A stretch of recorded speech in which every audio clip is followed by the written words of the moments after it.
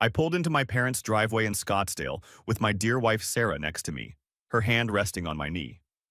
40-plus cars lined the street. A catering van from Postino sat in the driveway, back doors open, staff unloading trays. Through the living room window, I could see new patio furniture, teak wood set with navy cushions and a matching umbrella. A photographer was unpacking equipment by the side gate. I did the math automatically. Catering for 40 people at $30 per plate minimum, won $200. Patio set, won $500 easy. Photographer, $500 starting rate. Open bar. I could see being set up in the backyard, another $600. Total, at least $3,800. Last Tuesday, I'd wired my parents $3,400 for what Dad called an urgent property tax situation. The county was threatening a lien, he'd said. Had to be paid immediately. I pulled out my phone and texted Dad, "Party looks expensive. Property tax was urgent, remember?" Sent. No response. "You ready?" Sarah asked. "No, but let's go." We walked up the driveway. The front door opened before we reached it. Chase stood there, champagne flute already half empty, wearing a linen shirt that probably cost $120. He was 28 today, still living in Mom and Dad's basement. "Marcus, didn't think you'd show. Corporate slave got time off?" "Happy birthday, Chase. Did you bring the Sony 85mm lens? The one I texted you about?" I said no.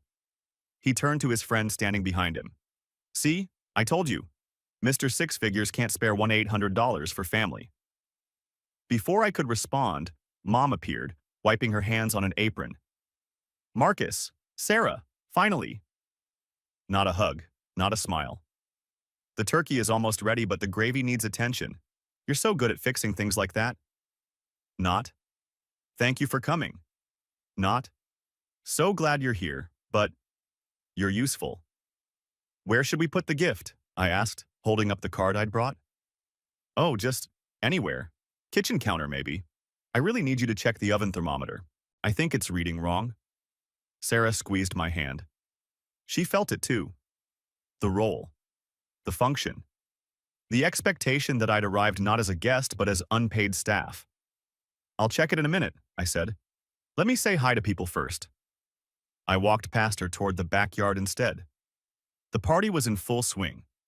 String lights hung overhead. The new patio furniture formed a seating area around a fire pit I didn't remember them having. A bartender in a black vest was mixing drinks at a portable bar setup. The photographer was shooting candids of Chase with his friends. I stood at the edge and inventoried everything. Buffet table, Italian catering, prosciutto-wrapped figs, caprese skewers, pasta stations. $30 per plate was conservative, probably $35. Times 40 guests, well, $400. Patio furniture, I recognized the brand from a client project. That set retailed for $1,800 minimum. Bar, top shelf liquor. Grey Goose, Hendrix, Patron. Plus the hired bartender, $700 easy. Photographer. I saw a contract sitting on the bar table next to a stack of napkins. I stepped closer. Invoice. Professional photography services. Amount, $650. Paid by Dennis Reed. Payment method, credit card ending in 4782. I knew that card. I was an authorized user on it. I'd been paying the monthly bills for 3 years. My jaw tightened. Across the patio, Dad stood with Aunt Carol and Uncle Bob, his arm around Chase's shoulders. He was animated, gesturing, laughing. Chase basked in it, grinning. "Dennis, Chase's photography portfolio is incredible," Aunt Carol was saying. "I saw it on Instagram. Such an eye for composition," Dad beamed. "We're blessed. Not every parent gets an artist for a son." "And Marcus?" she asked. "How's his computer thing?" Dad glanced my direction, noticed me standing there. "Oh, he's fine. Makes good money. Stable job. Does the tech stuff for Adobe." No warmth in his voice. No pride. Just acknowledgement that I existed and performed a function. I thought about my 30th birthday 3 years ago. Olive Garden. We'd split the check 3 ways. I'd paid $47 for my portion. Chase's 25th birthday that same year. Rented event space at a vineyard. DJ, 80 guests, open bar. I'd found out 6 months later that I'd funded it. Dad had called in February claiming they needed $4,200 for emergency roof repairs. The roof was fine. The party had happened in March. Uncle Mark broke away from the group and walked over to me. Marcus, been a while. How's Adobe treating you? Good, senior engineer now. His eyebrows went up. Senior? That's fantastic. Congratulations. He paused. Your dad mentioned that? Not that I've heard. Huh. Uncle Mark looked back at Dad, who was still talking about Chase. He spent 20 minutes telling me about Chase's Instagram following. 10,000 followers, apparently. We both looked at Chase. He was taking selfies with the birthday cake, phone held high, face tilted at the practiced angle of someone who'd done this 1,000 times. Chase noticed me watching and walked over, drink in hand. So, real talk, Marcus. I need that lens for a client shoot Monday. You have a client? Potential client. Music venue downtown wants promo shots, but I need the 85mm to look professional. Are they paying you?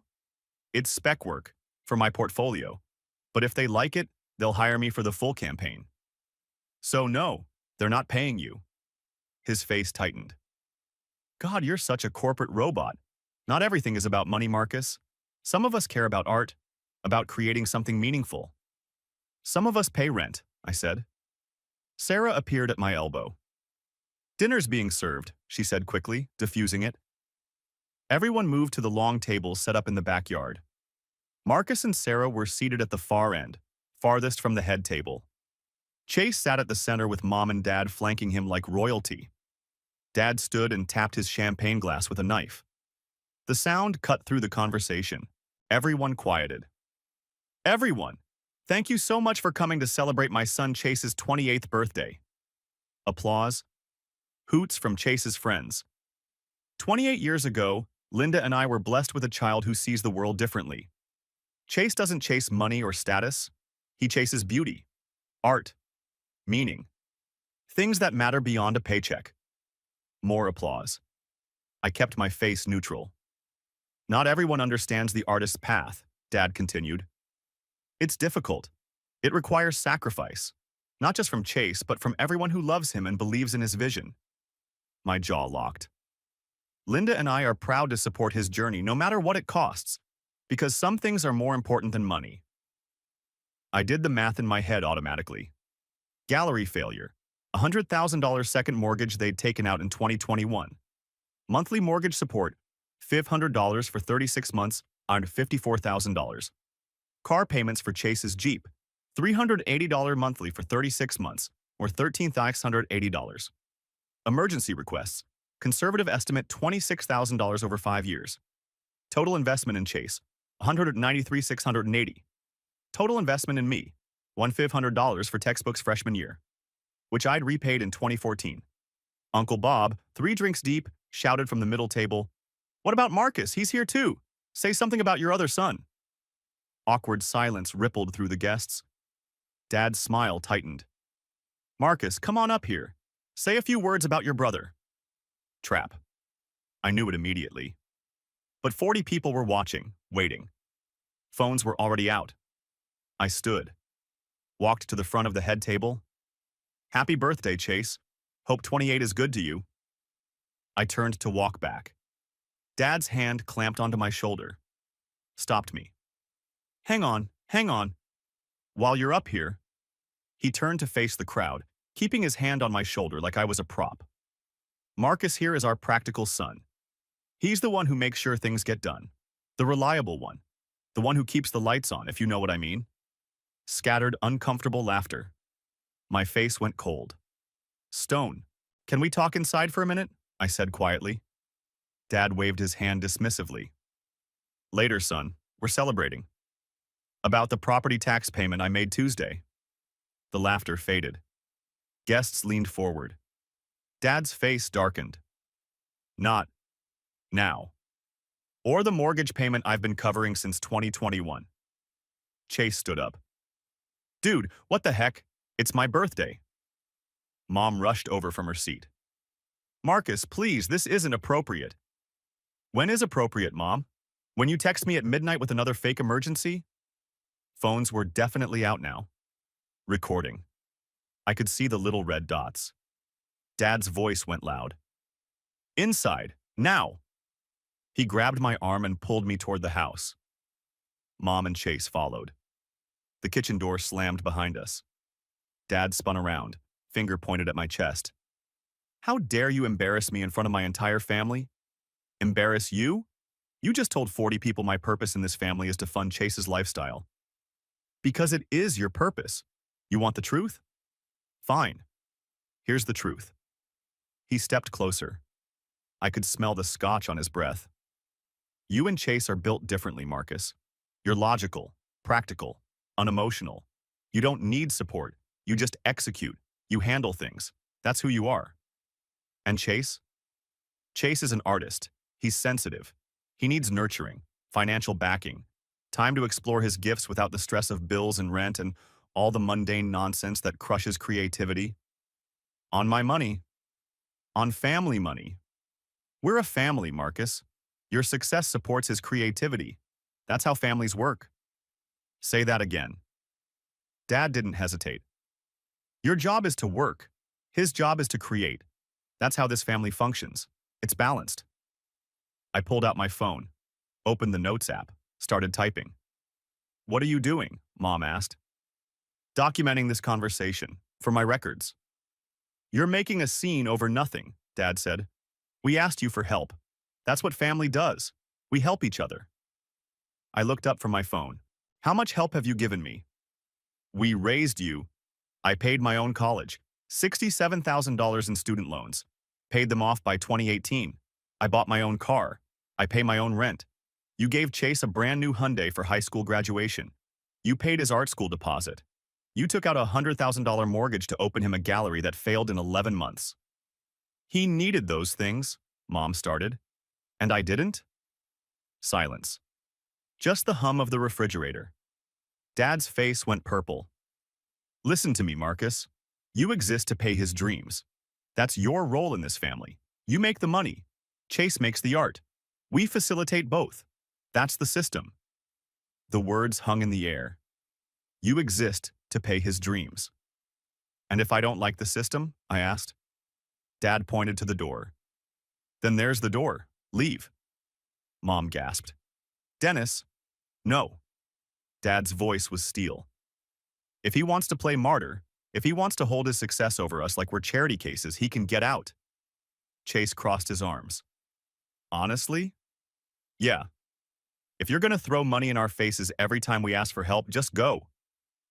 I looked at all three of them. Mom with tears starting. Dad with his arm pointing at the exit. Chase with his smirk.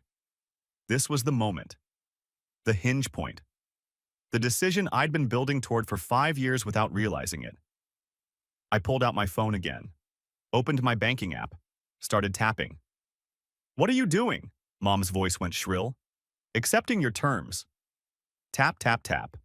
Scheduled transfer for mortgage assistance, $1,500 per month. Canceled.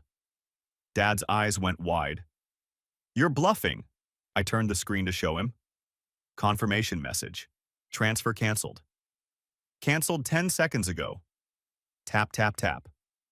Car payment for Chase's Jeep Wrangler, due December 1st, 13 days from now, $380. You're on your own. What on earth, Marcus? Chase started. Tap, tap, tap. Joint checking account I'm an authorized user on. The one you use for groceries. Removed myself. Right now. Done. Mom shrieked. Actual shriek. Tap, tap, tap. Family phone plan.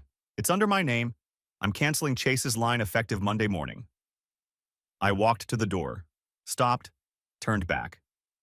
You said if I hate it, there's the door. I met Dad's eyes. I'm gladly leaving. Good luck paying the $180,000 I've been covering for the last 5 years. I opened the door.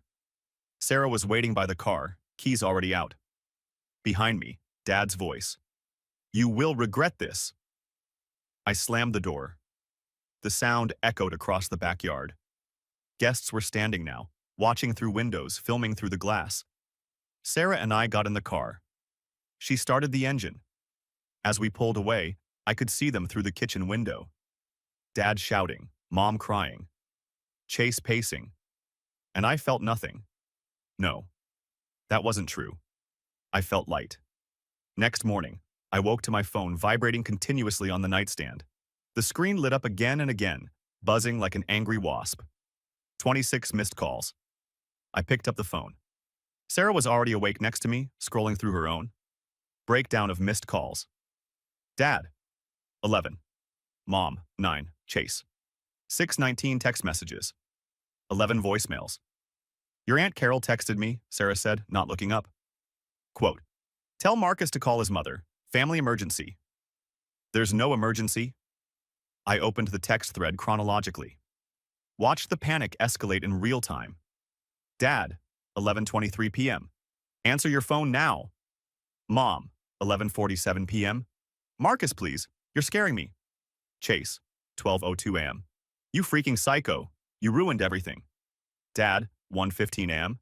I checked the bank. You actually canceled it. Fix this immediately. Mom, 2:34 a.m. I can't sleep. How could you do this? Dad, 3:41 a.m. Mortgage due. December 1st, 2850. We don't have it. Call me. Chase, 6:52 a.m. My phone's not working. WTF did you do? I set the phone down. Sarah was watching me. Are you sure about this? She asked. I've been tracking every payment in Excel for 5 years. I knew this day would come. I opened my laptop. Found the file I'd been maintaining since 2019. Family, financial tracking.xlsx. 5 years of data. Every transfer, every fake emergency, every just this once request that became permanent. Gallery bailout, $100,000. Monthly mortgage support, $54,000. 36 months at Zon 500. Car payments for Chase's Jeep, $13,680. 36 months at $380. Emergency requests, $12,767. Total, $184. I exported the entire spreadsheet to PDF, named it Read Family Receipts 2019-2024 PDF, saved it to my desktop. My phone rang. Dad calling. I declined. Immediately rang again. Mom calling. Declined. Text notification. Chase. At least let me explain. Call me. I blocked the number. Then blocked Chase's Instagram, his Facebook, his email. Sarah got up and made coffee, handed me a mug. Let them panic, I said. She nodded. By 11:15 a.m., the family group chat was exploding. The chat was called Read Family Updates. 52 members. Aunts, uncles, cousins, second cousins, everyone. I scrolled through the messages that had piled up while I'd been ignoring my phone. Mom posted 9:23 a.m. Please keep our family in your prayers during this difficult time. We're facing a serious financial crisis due to unexpected circumstances. Aunt Carol. Oh no, what happened? Mom. I'd rather not discuss publicly, but we may lose our home. 10 comments in rapid succession. All variations of praying for you and how can we help and so sorry, Linda. She was baiting sympathy, building the narrative. Mom posted 10:47 a.m. For those asking, Marcus has decided to cut us off financially with no warning. We're facing foreclosure. Cousin Jessica. Wait, Marcus was paying your mortgage? No response from Mom. Chase posted 11:03 a.m. My brother threw a tantrum at my birthday party, embarrassed our entire family, and canceled all our bills out of spite. That's who he really is. Cousin Mike. What actually happened? Chase. He couldn't handle not being the center of attention for one night. Ruined my birthday. Ruined our family. Sociopath behavior. I read it all. Didn't respond. Just took screenshots. One after another. Saved them to a folder labeled Family Lies. You should defend yourself, Sarah said, reading over my shoulder. Not yet. Let them build the narrative. The bigger the lie, the better the truth looks when I drop it.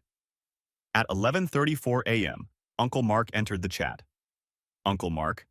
Dennis, how much was Marcus paying monthly? Dad posted 11:36 a.m.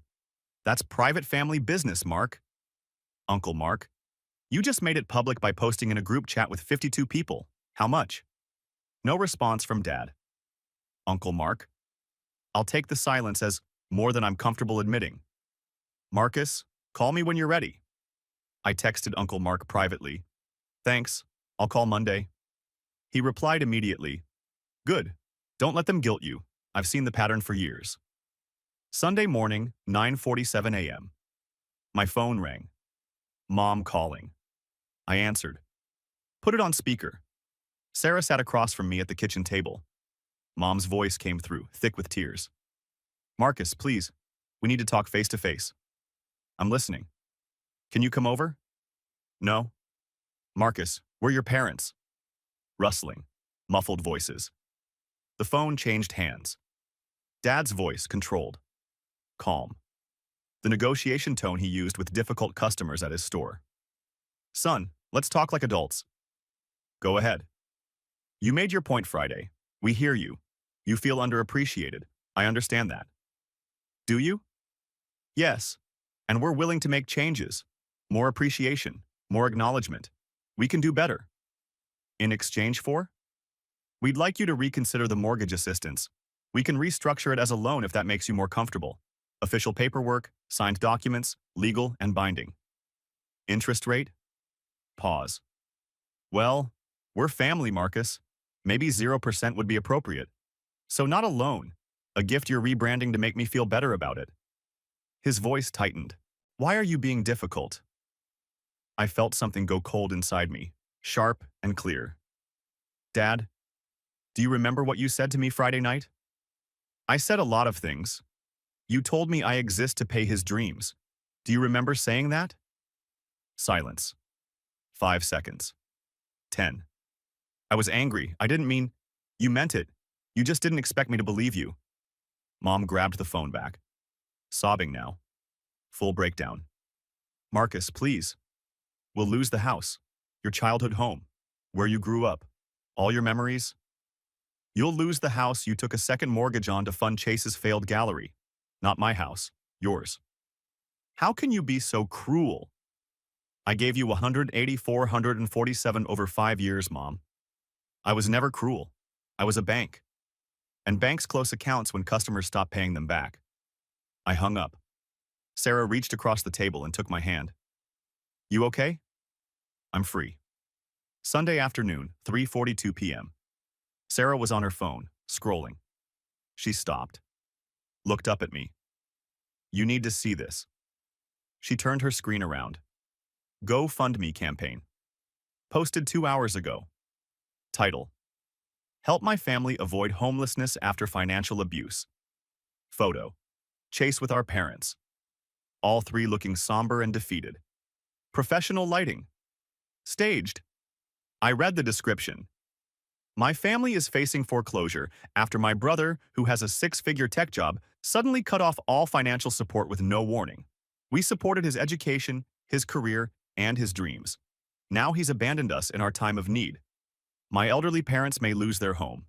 Any help is deeply appreciated. Goal: $50,000.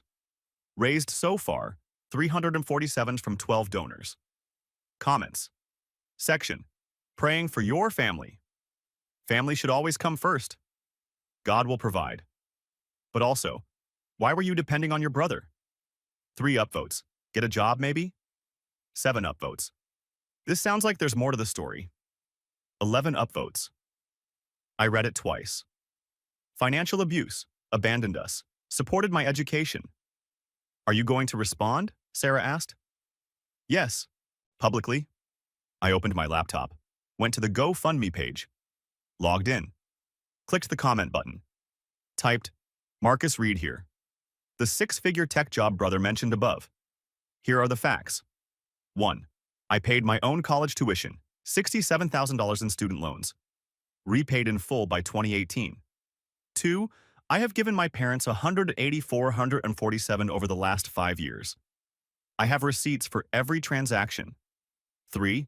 That $50,000 you're asking strangers to donate? I already gave my parents $100,000 for a gallery that closed in 11 months due to mismanagement. 4. At my brother's 28th birthday party, my father told me, quote, "You exist to pay his dreams."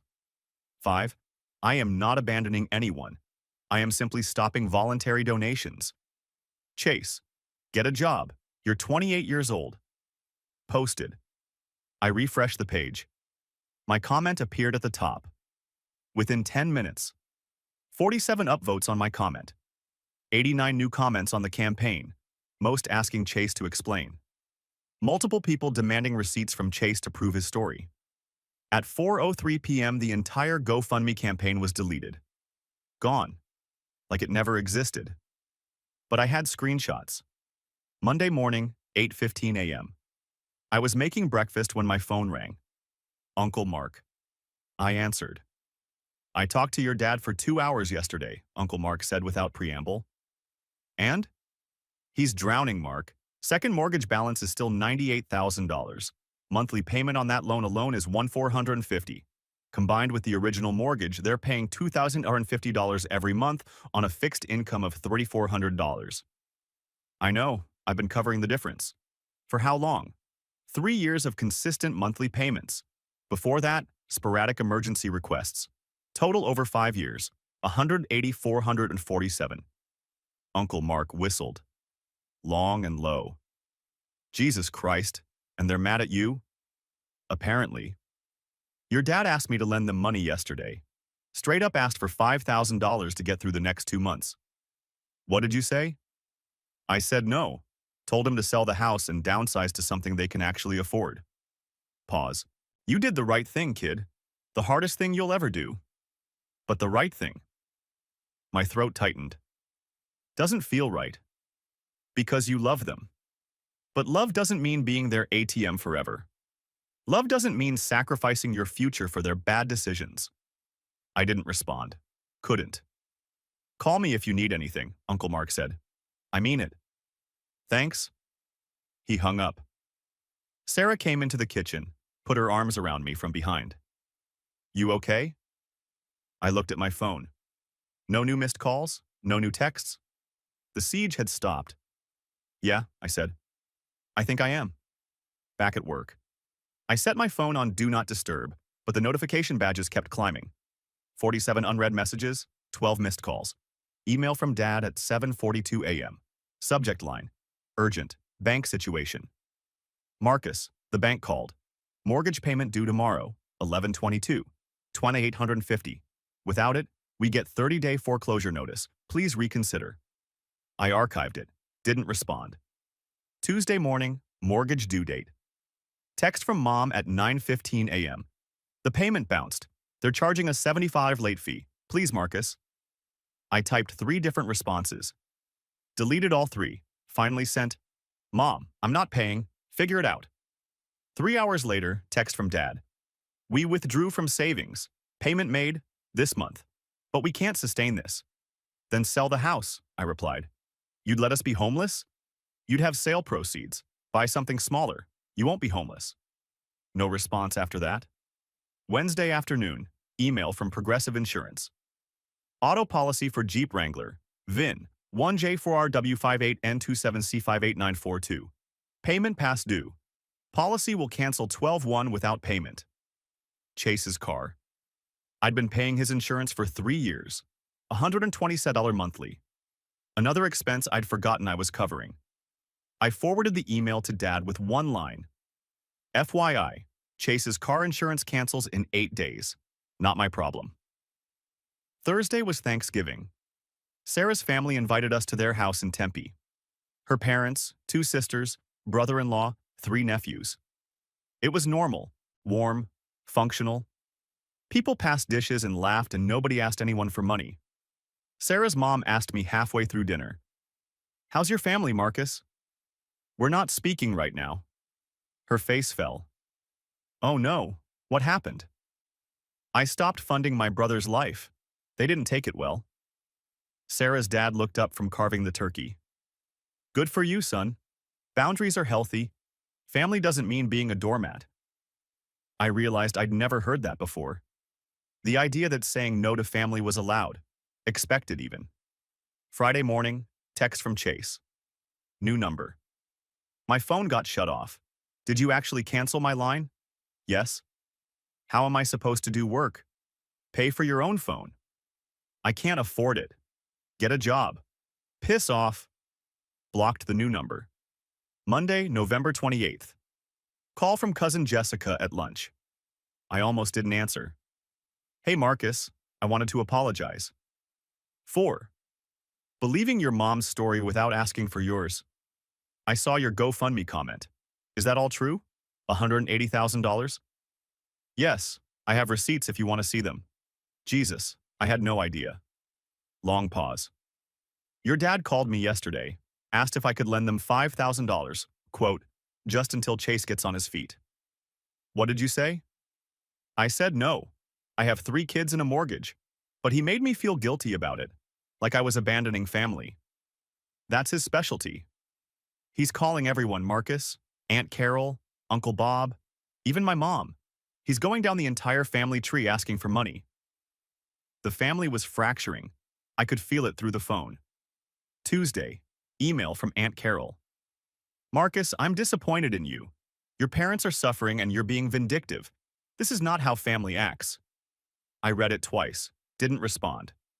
10 minutes later, Uncle Mark replied all.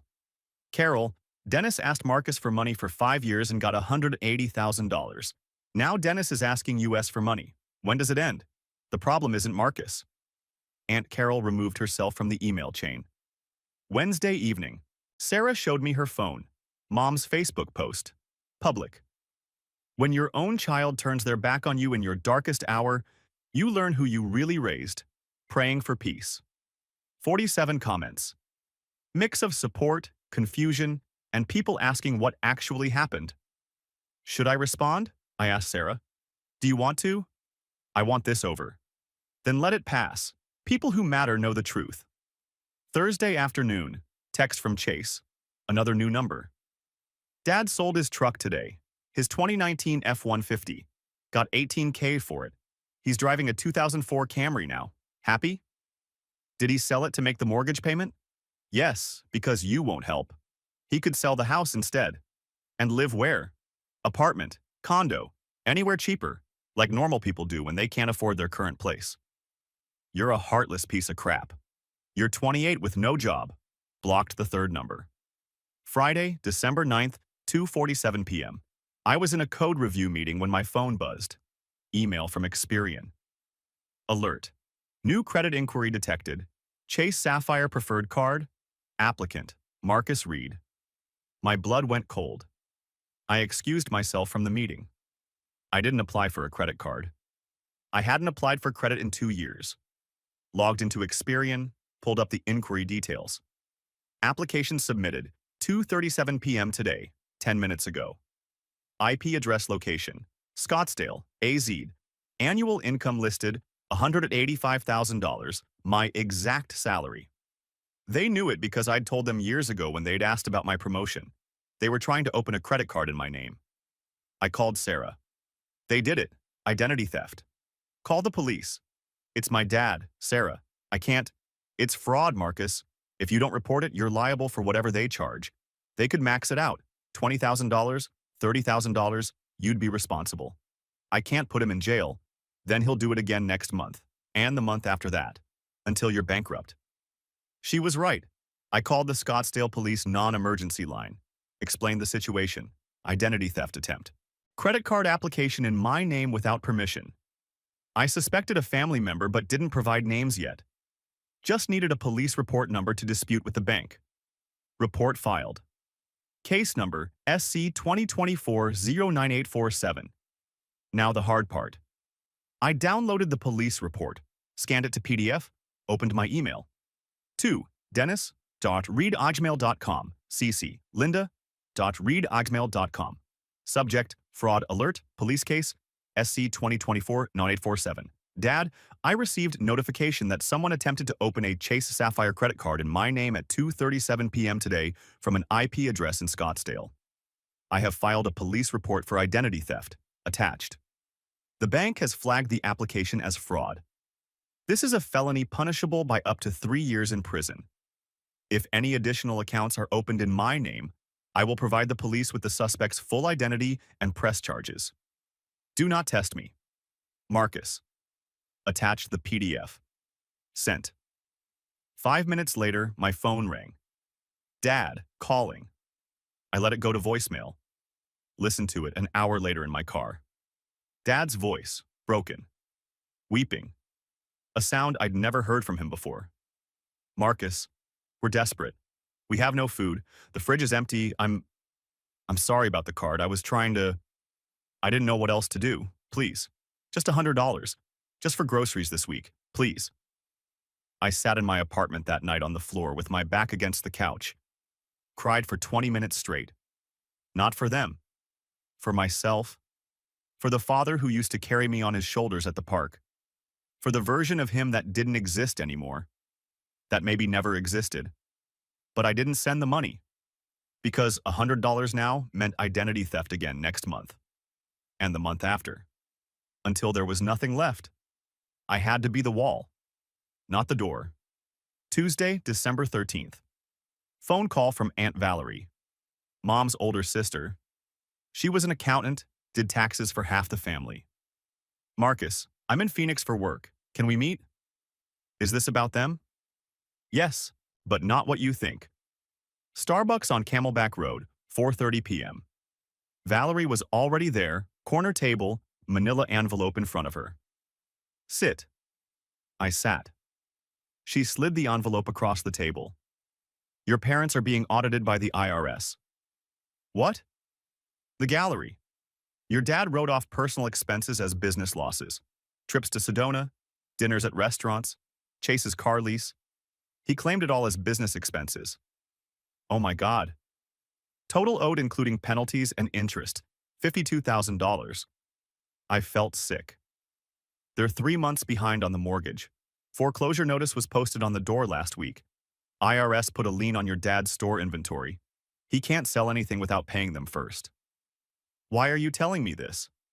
She reached across the table and touched my hand. So you don't blame yourself when everything collapses. Pause. I saw your Facebook posts, the receipts. I did the math, Marcus. You gave them $180,000 over 5 years.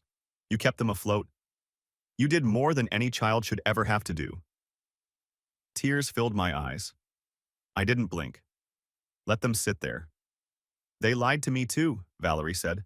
Told me you were rich and stingy, that you refused to help out of spite, that you'd abandoned them over some minor argument. I believed them. I'm sorry. What happens now? They'll lose the house. They'll lose the store. Bankruptcy, probably. Your dad's talking to a lawyer. Should I help them? No. Her voice was firm. You save yourself. You get out. You build your life. Don't look back at the explosion. She stood up, hugged me, left the envelope on the table. I sat there for an hour after she left, staring at the IRS audit notice, the foreclosure letter, the lien documentation. The empire was collapsing, and I wasn't there to catch it. For the first time in 5 years, I felt nothing when I thought about that. Just relief. 6 months later, I sat at the closing table with a pen in my hand. The realtor slid the final document across. And with this signature, you're officially a homeowner. Congratulations, Marcus. I signed. Sarah squeezed my hand under the table. 3-bedroom craftsman in Tempe, $445,000. 20% down payment. $89,000 I'd saved over the last 18 months. Zero help from anyone. We walked out to the front porch. The house had good bones, original hardwood floors, built-in bookshelves, a backyard with a lemon tree. How does it feel? Sarah asked. Different. Good different. Half a year since the birthday party.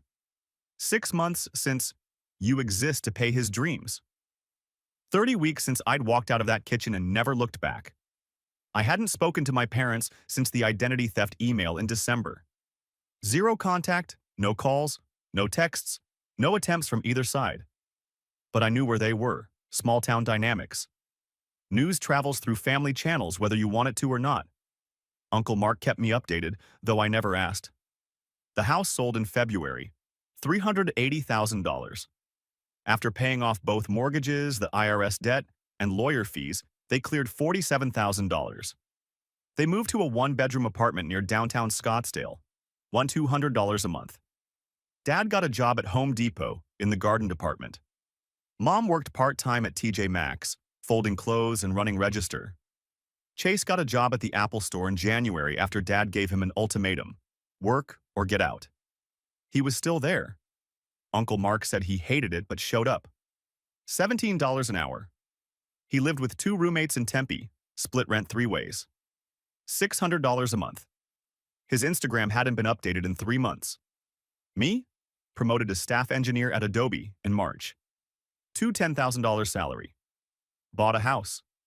Sarah moved in last week.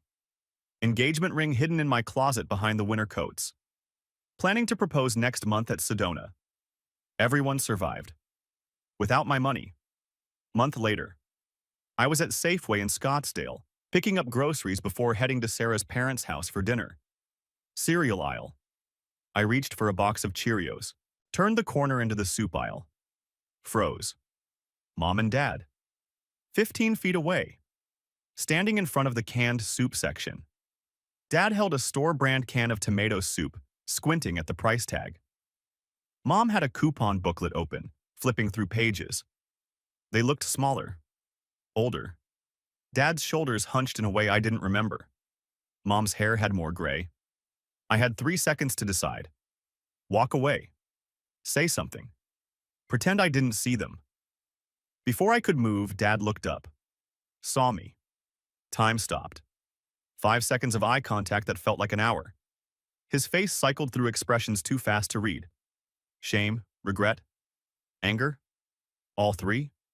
Mom noticed him staring, followed his gaze. Her hand went to her mouth. 10 seconds. No one moved. Then Mom took a step forward. Marcus? Dad's hand shot out, grabbed her arm gently. Stopped her. We locked eyes. Father and son. 15 feet and 6 months of silence between us. His expression said, I know what I did. I know why you left. Mine said, I'm not coming back. Dad nodded. Small movement. Barely visible. I nodded back. Then he turned back to the soup shelf. Mom followed his lead. They went back to reading labels and comparing prices like I wasn't there. I walked to the checkout, paid, left. Sarah was waiting in the car, scrolling through her phone. You okay? She asked when I got in. You look shaken. I saw them. She set her phone down. What happened? Nothing. We nodded at each other. That's it? That's it. How do you feel? Sad, but resolved. She started the car. We drove to her parents' house. I didn't mention it again. 6 months taught me things I didn't want to learn. Chase was still at the Apple Store. Uncle Mark ran into him at a coffee shop last month. Said he looked tired but showed up for his shifts. Got written up twice for attitude problems with customers but hadn't been fired. $17 an hour. 2 roommates. $600 rent. His photography equipment was listed on Craigslist. No buyers yet. Aunt Valerie mentioned he'd applied to community college for a photography program, using a Pell Grant. Maybe he was learning. Mom worked at TJ Maxx 25 hours a week, folding shirts, operating the register. Aunt Valerie saw her there last month and said she seemed lighter somehow, like the pressure of maintaining appearances had lifted. She'd started selling small watercolor paintings at the weekend farmers market, $15 each. She kept the money for herself. Dad worked at Home Depot in the garden department, helped customers load bags of mulch into trucks, got an employee discount. Uncle Mark said he looked humbled the last time they talked. Drove a 2004 Camry with 180,000 miles. It ran. They were surviving. Without me. Not thriving. Not destroyed. Just existing as normal people with normal problems. Normal jobs, normal budgets, normal lives. Me? Staff engineer. $10,000 salary. House with a lemon tree. Sarah. Engagement ring waiting in the closet. Savings account growing every month. Retirement fund on track. Stress level manageable. And no one called asking for money. Another month passed. Sarah and I sat on our new back patio. String lights overhead. 2 glasses of wine on the table between us. Do you regret it? She asked. Sometimes. Late at night I think about holidays we won't share. Grandkids they won't meet if we have them. But But then I remember what he said. You exist to pay his dreams. That still hurts. It does. But it was honest. For the first time, he told me exactly what my role was. And I had a choice. Accept it or reject it. You rejected it. I chose myself. We sat in silence for a minute. The string lights reflected in her wine glass. They're learning to survive without me, I said. Dad's working. Mom's working. Chase is working. That's not destruction. That's growth. 30 years late, but still growth. Do you think you'll ever reconcile? Maybe, years from now, if they acknowledge what happened. Not apologize necessarily. Just acknowledge it. And if they don't, then I have this. I gestured to the house, to her, to the backyard with the lemon tree. I built this, with my money, my work, my choices. No one can tell me I exist for someone else's dreams. Sarah smiled, reached across and took my hand. Because I'm living my own. The string lights glowed overhead. The lemon tree rustled in the breeze. Somewhere in the distance, a dog barked. And for the first time in 5 years, I felt like I could breathe.